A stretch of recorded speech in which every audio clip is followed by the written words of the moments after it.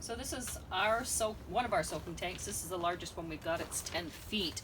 But we soak a lot of willow at a time generally, and long willow. So at least if you can get a 6 foot, which would be ample for most of the projects you're going to do at home.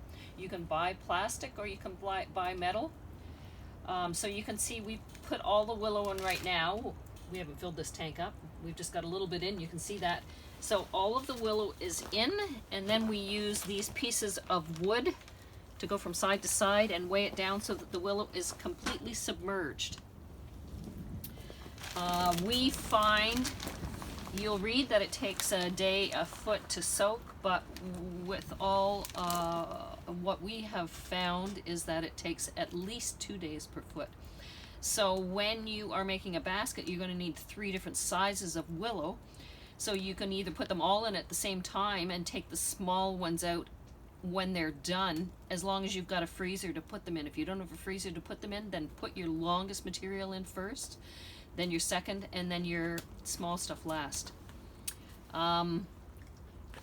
We have got an aquarium heater that's totally submersible, and we've got several different sizes of these because this one needs to be suited to the amount of gallons that we put in this tank. So very important for consistent soaking. So we've got this set at 78. It keeps the water at 78.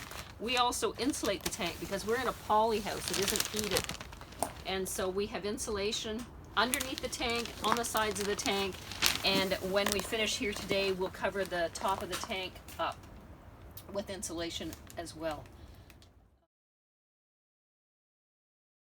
So we've just taken this willow out of the soaker, and what we look for ourselves when we feel it's done is these little white spots. They'll actually rub off. You might think it's a little bit of bug or a little bit of mold or something, but it's not. And we also look for smooth, non-wrinkles. You might get a little bit down further, but see, even down here, look at this beautiful white stuff that's forming on these.